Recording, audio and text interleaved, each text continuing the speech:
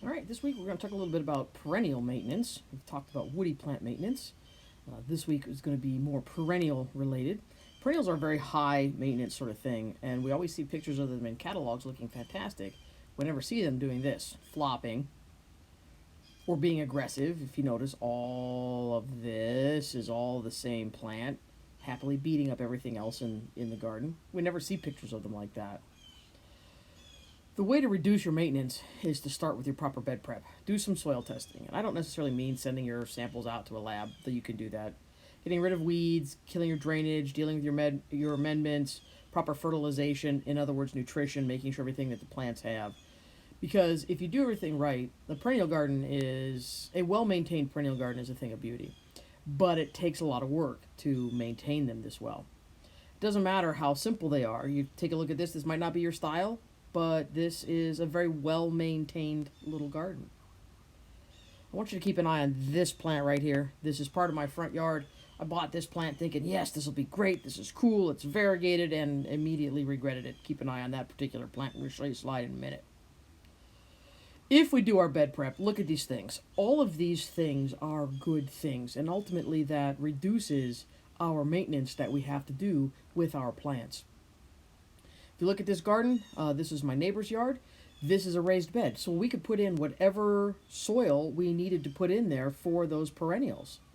That's 3 months later. The perennials have filled in, they're choking out other weeds, they're holding each other up. So it's an outstanding way to get your plants to grow and fill in quickly. We're not going to talk about all of these activities. Some of these are pretty obvious. You know that we need to get in and rake and weed and fertilize and things like that. We are going to talk a little bit about deadheading, dead leafing, pruning, and staking, and a little bit about dividing because those are the major activities. So let's start with staking, holding up a plant that cannot hold up itself. You can use single stakes. You can use pea staking, which is gathering sticks to utilize as a stake. I'll show you some pictures. Metal cages. You could use basically anything that you have lying around. The metal works for things that are really, really large or very heavy. This is an example of creating your own cage or pea staking. Pea staking utilizing sticks and twigs that you might pick up in your garden, and creating your own cage using sticks and twine to create your own cage. You ideally want to put these in prior to the plants coming out of the ground or right as the plants are coming out of the ground. Neither of these methods will work once the plant has already flopped. You can use a single stake. This is great for very, very tall plants with really tall, thick flowers.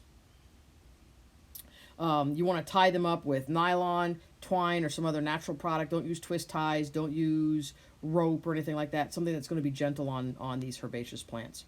So here's an example of where you might have a single stake. You know, most of these plants, if you look carefully, you can actually see the stake. There it is right there. But they're just tied very gently up there, and this is a great example. Here's another good example. Here you can actually see the stakes, but these plants are very, very tall, and they're using the stakes to tie them up. There's your metal cage. Doing the metal cage right means you're going to barely see the metal cage, which is ideally what you'd like to do.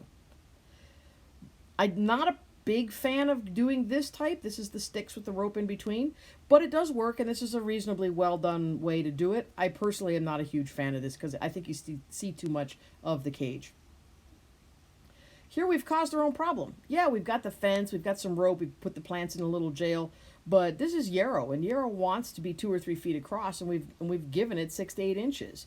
So no wonder it flopped onto the ground, and we had to tie it back up. Same thing here. This is not done well, so you can see this is after the plant flopped and somebody came along and tied it up. And the same thing, after the plant flopped, somebody came along and tried to cut it back and tie it up so that they would use the staking. Neither method worked very well in either of these two cases.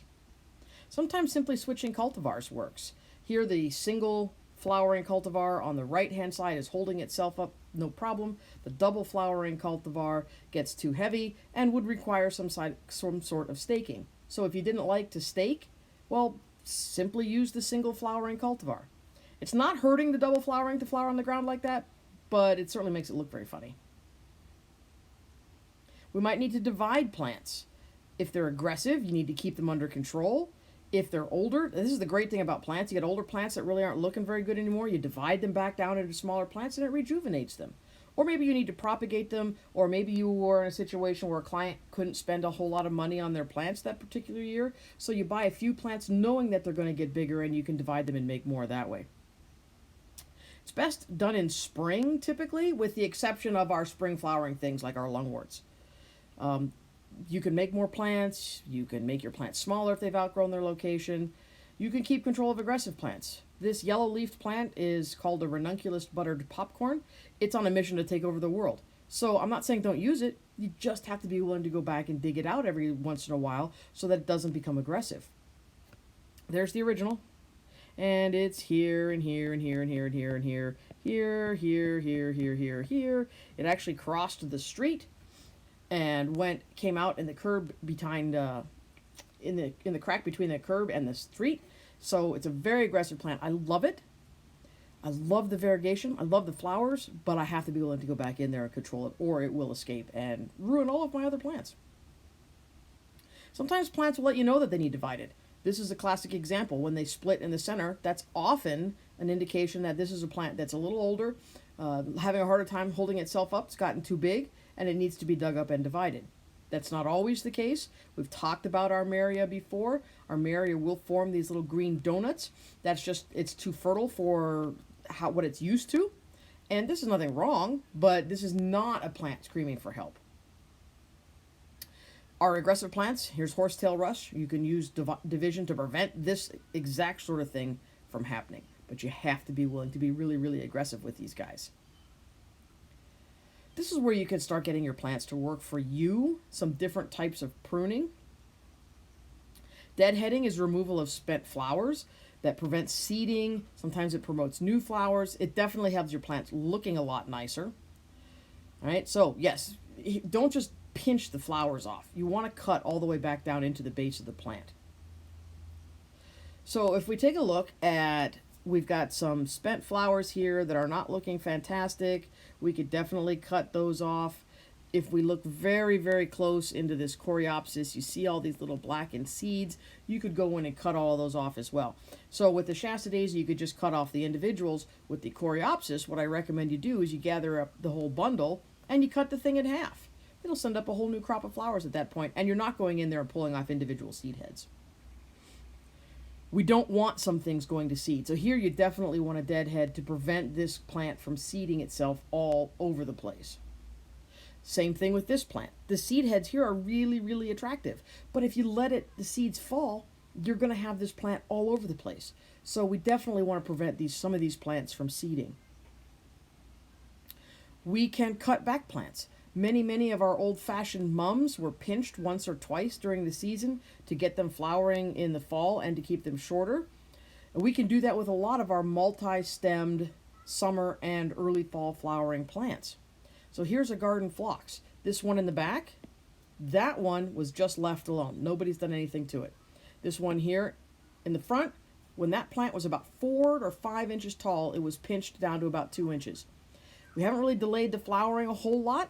Little tiny bit, but we've reduced the height. And reducing the height is sometimes what you really want to do. Works really, really well for bee balm. When those bee balms get about 4 or 5 inches tall, cut them in half. You can reduce the height.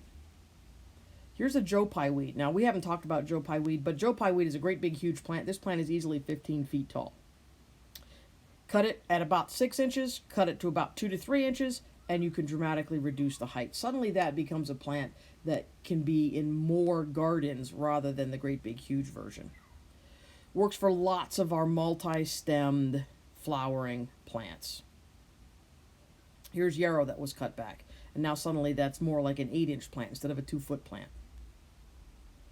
It sometimes works with our spring plants too. So here's a spring flowering plant. And once a lot of our low-growing spring flowering plants are done flowering, they want to creep and creep and creep and creep and creep. Well, after it's done flowering, if you cut it in half, it's going to creep less. And the following year, this is what you get. So every couple of years, cut them back by half, and you get a more compact plant. That's creeping a little bit less.